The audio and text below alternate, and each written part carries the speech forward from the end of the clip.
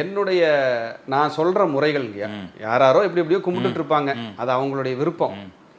ஆண் தெய்வமா இருந்தா அமாவாசை, பெண் தெய்வமா இருந்தா பௌர்ணமி.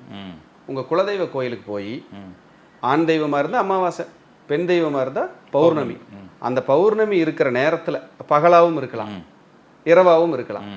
போயிட்டு 9 மூடி 5 தேங்காய் உடைச்சா 9 மூடி கிடைக்கும். அதுல காட்டன் திரி, பஞ்சு திரி, நல்ல பசுனை ஊற்றி ஆத்மார்த்தமாக வழிபட்டு பிரார்த்தனை பண்ணிட்டு வந்தவங்க 100க்கும் மேற்பட்டவர்கள் ரிப்ளை பண்ணி கூப்பிட்டு சொல்லி எல்லா பிரச்சனையும் தீர்ந்து நல்லா இருக்குன்னு சொல்கிறாங்க.